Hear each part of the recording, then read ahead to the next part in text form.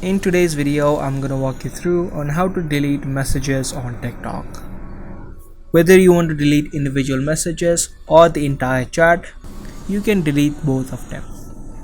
Now before I show you, if you are new to the channel, consider subscribing and also turn on the notifications so you don't miss out on more informative videos similar to this. Firstly, open up your TikTok app and tap on the inbox section that you see on the bottom.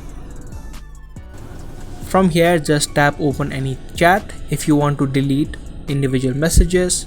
Once you open up the chat, you can just tap and hold on the message and a delete option will open up. You can do the same for text messages and for GIFs. Tap and hold the message and a delete option will open up. You can tap on it and the message will be instantly deleted.